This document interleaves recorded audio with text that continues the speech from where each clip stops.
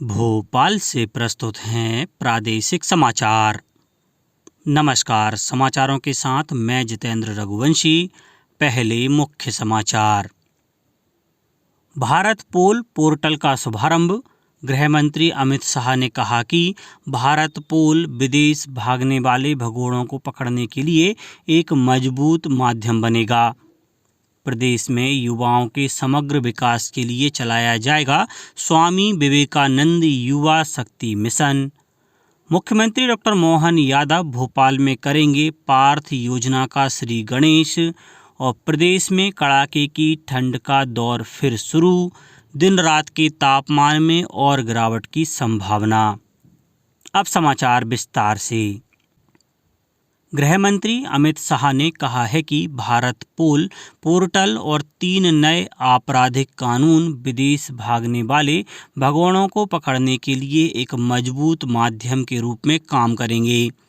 श्री शाह ने नई दिल्ली में भारत पोल पोर्टल का शुभारंभ किया। इस अवसर पर उन्होंने कहा कि यह जांच एजेंसियों और राज्यों की पुलिस को 195 देशों के इंटरपोल नेटवर्क से जोड़कर अपराध नियंत्रण में महत्वपूर्ण भूमिका निभाएगा।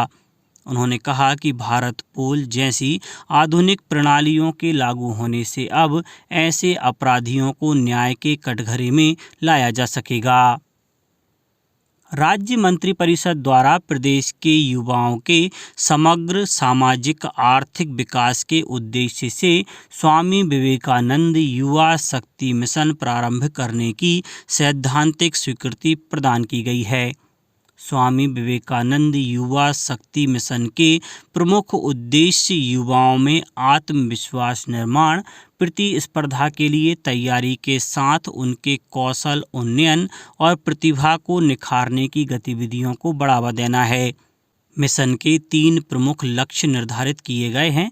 पहला लक्ष्य प्रत्येक युवाओं की आय का स्तर न्यूनतम कुशल श्रेणी श्रमिक की दर के बराबर लक्षित करना। दूसरा लक्ष्य प्रत्येक युवा को कक्षा 12वीं तक के स्तर तक शिक्षा पूरी कराने के लिए प्रयास करना। तीसरा लक्ष्य प्रत्येक युवा को समाज के हित में सामाजिक पहल का हिस्सा बनाना है। निर्वाचन आयोग ने दिल्ली विधानसभा चुनाव का कार्यक्रम घोषित कर दिया है। 70 सदस्यीय दिल्ली विधानसभा चुनाव के लिए 5 फरवरी को वोट डाले जाएंगे और 8 फरवरी को मतगणना होगी। मौजूदा दिल्ली विधानसभा का कार्यकाल 23 फरवरी को समाप्त हो रहा है। मुख्य निर्वाचन आयुक्त राजीव कुमार ने फिर स्पष्ट किया है कि ईवीएम से छेड़छाड़ की कोई संभावना नहीं है। सूचना और प्रसारण मंत्री अश्विनी वैष्णव ने रेल भवन में केंद्र सरकार का आधिकारिक कैलेंडर जारी किया। इस वर्ष के कैलेंडर का विषय जन भागीदारी से जन कल्याण है। इस अवसर पर श्री वैष्णव ने कहा कि कैलेंडर सरकार के आदर्श वाक्य सबका साथ सबका विकास के अनुरूप है। उन्होंने कहा कि प्रत्येक पृष्ठ प्रौद्योगिकी, किसान और कृषि, गरीबी उन्मूलन, महिला सशक्तिकरण, बुनियादी ढांचे, स्वच्छ भारत के माध्यम से स्वच्छता और स्वास्थ्य के साथ साथ खेल और एथलीटों सहित विभिन्न क्षेत्रों में लोगों पर सरकार द्वारा छोड़े गए अमिट प्रभाव को उजागर करता है।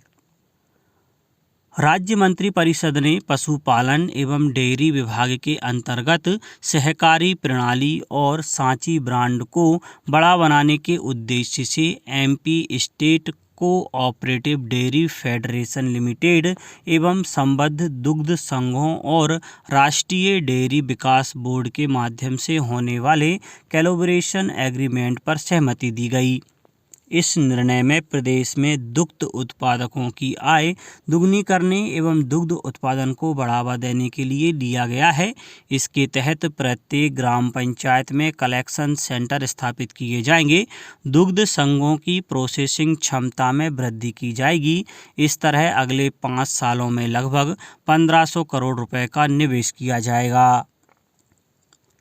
मुख्यमंत्री डॉक्टर मोहन यादव 8 जनवरी को राजधानी भोपाल से खेल एवं युवा कल्याण विभाग द्वारा शुरू की जा रही पार्थ योजना का शुभारंभ करेंगे। खेल एवं युवा कल्याण मंत्री विश्वास सारंग ने बताया कि इसके तहत युवाओं को भारतीय सेना, पुलिस, पैरामिलिट्री आदि में रोजगार के अवसर प्रदान करने के लिए भर्ती पूर्व प्रशिक्षण दिया जाएगा। रंगमंच के जाने माने अभिनेता आलोक चटर्जी का 64 साल की उम्र में निधन हो गया। वह Madhya Pradesh school of drama के पूर्व निदेशक भी थे। दमोह में जन्मे आलोक चटर्जी 8वीं कक्षा पास कर जबलपुर चले गए थे। इसके बाद वे भोपाल में बस गए। राष्ट्रपति द्रौपदी मुर्मू ने उन्हें संगीत नाटक अकादमी अवार्ड से सम्मानित किया था। मुख्यमंत्री डॉक्टर मोहन यादव ने श्री चटर्जी के निधन पर शोक व्यक्त किया है। रतलाम जिले के शासकीय कार्यालय भवन सौर ऊर्जा से रोशन होंगे। ऊर्जा विकास निगम द्वारा इसके लिए कार्य किया जा रहा है।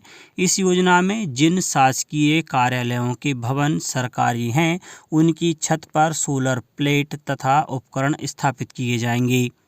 इस संबंध में हुई एक बैठक में कलेक्टर राजेश बाथम ने अधिकारियों को निर्देशित किया कि वे अपने शासकीय भवनों पर सौर ऊर्जा से रोशनी के लिए प्रस्ताव भेजें। सौर ऊर्जा से बिजली का बिल भी प्रति यूनिट 3 रुपये से 4 रुपये रहेगा।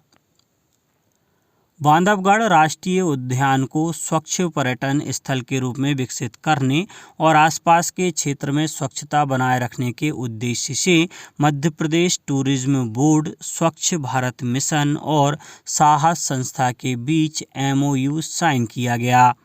प्रोजेक्ट क्लीन डेस्टिनेशन के अंतर्गत बांधवगढ़ राष्ट्रीय उद्यान के आसपास के क्षेत्र में स्वच्छता बनाए रखने की पहल की जा रही है। बांधवगढ़ में होटल्स, रिजॉर्ट और आसपास की 7 ग्राम पंचायतों में सॉलिड वेस्ट मैनेजमेंट, पर्यावरण हितैषी और स्वच्छता संबंधी जागरूकता विकसित की जाएगी। इसके लिए ग्राम पंचायत में आवश्यक सुविधाओं का विकास किया जाएगा। उल्लेखनीय है कि वर्ष 2022 में प्रोजेक्ट क्लीन डेस्टिनेशन के तहत यह प्रयास पन्ना राष्ट्रीय उद्यान में सफल रहे हैं। सिंहस्थ के पहले उज्जैन में 4 हेलीपैड बनाए जाएंगे। उज्जैन कलेक्टर नीरज कुमार सिंह ने सदावल हेलीपैड के निर्माण कार्य की प्रगति का निरीक्षण किया। सदावल में ही 4 हेलीपैड बनाए जाना निश्चित हुआ है। यहां अभी तक पोल शिफ्टिंग और सर्वे का कार्य पूर्ण हो चुका है। वहीं लेवलिंग का कार्य प्रगति पर है। कलेक्टर ने निरीक्षण के दौरान निर्देशित किया कि राष्ट्रपति, प्रधानमंत्री और अन्य महत्वपूर्ण गेस्ट की जरूरत के अनुसार हेलीपैड रेक्टेंगुलर आकृति में बनाया जाए। कंक्रीट लेवलिंग के कार्य के साथ ही रोड निर्माण का कार्य भी जल्द ही शुरू करने के निर्देश दिए। अब बात मौसम की।